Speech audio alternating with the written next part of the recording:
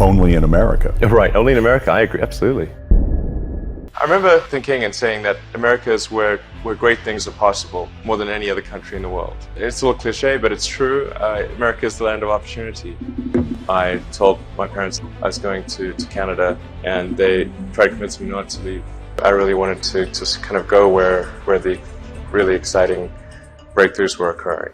I didn't even go to class. I called the chairman of the department and said, I'd like to try starting this internet company. It probably won't succeed. And so when it fails, I want to make sure that I can still come back. My brother was in Canada at the time, and I said, look, I think we should try to create an internet company. So he came down and joined me. And the United States is also a great melting pot of different cultures and ideas and thoughts. And it's a country which tends to encourage success, where you sort of see someone that did extremely well, and generally the reaction in the United States is good for that person. In most countries, it may shock people in the United States. In most countries, that's not the reaction.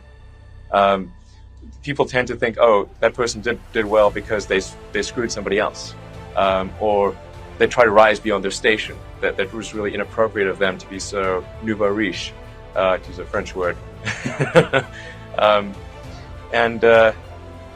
And so that, you know, and Australia, for example, which is arguably similar to the United States in a lot of ways, but they tend to try to knock down people that have risen too high. They call it the tall poppy syndrome. You know, tall poppies get chopped. So I think that's really a good thing about the United States.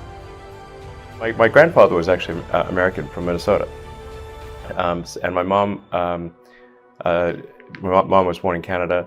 So I do have some American background. In fact, a lot of people think like my name must be from some exotic location, but I was named after my great-grandfather, who was from Minneapolis, or actually St. Paul, I should say.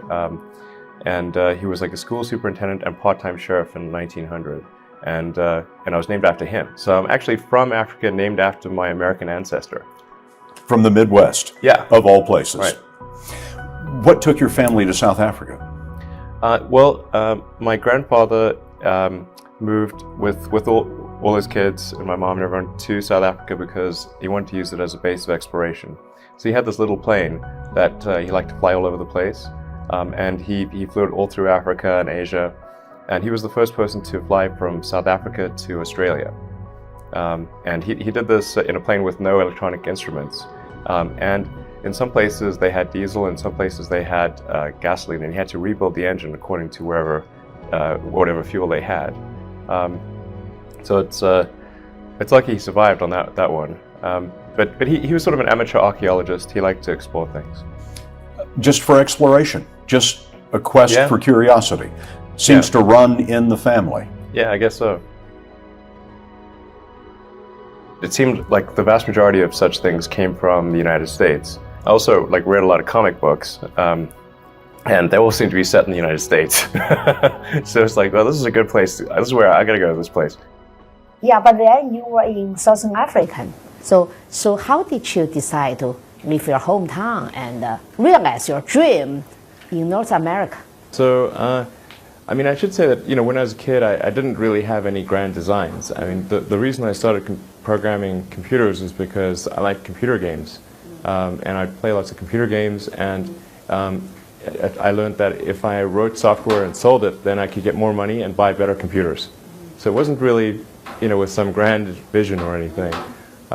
When I was growing up, I'd read lots of books, and they were very often set in the United States, and it seemed like a lot of new technology was being developed in the United States. So I thought, okay, I really want to work on new technology, so I want to get to Silicon Valley.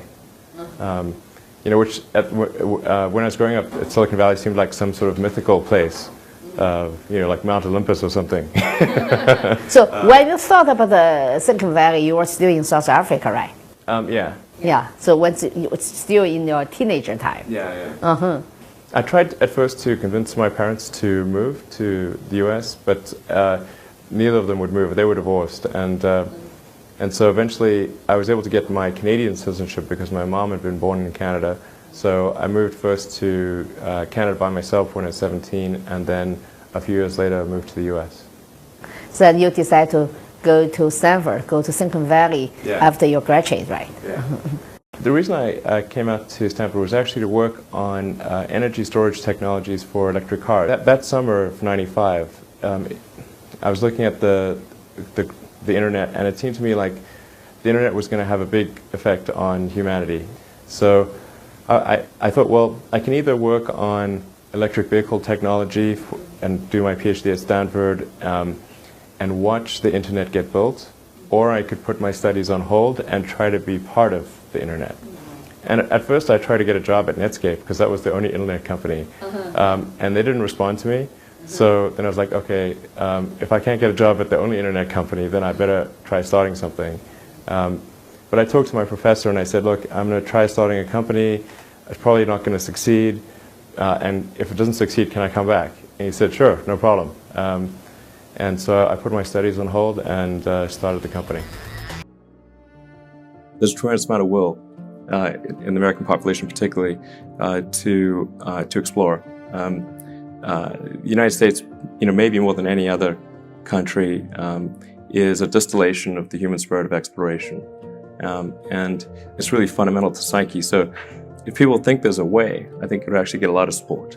But then it can't be just banging your head against the wall. I've got to believe that this can be done without breaking the federal budget. So that's when I said, okay, well, is there some way to affect the cost of space transport? And so I got together with a group of people over a series of Saturdays just to try to understand, is there something fundamentally super expensive about rockets, or can the cost be substantially improved? We had a bunch of those kind of brainstorming sessions, and I couldn't see any fundamental obstacle to improving the cost of rockets. So that's when I started SpaceX. SpaceX is about helping make life multiplanetary and doing what we can to continue the dream of Apollo and ultimately make a contribution to life becoming multiplanetary. That's exciting. It is exciting. So what's your vision there?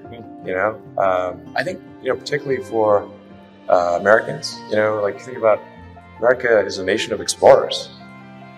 People came here from other parts of the world that,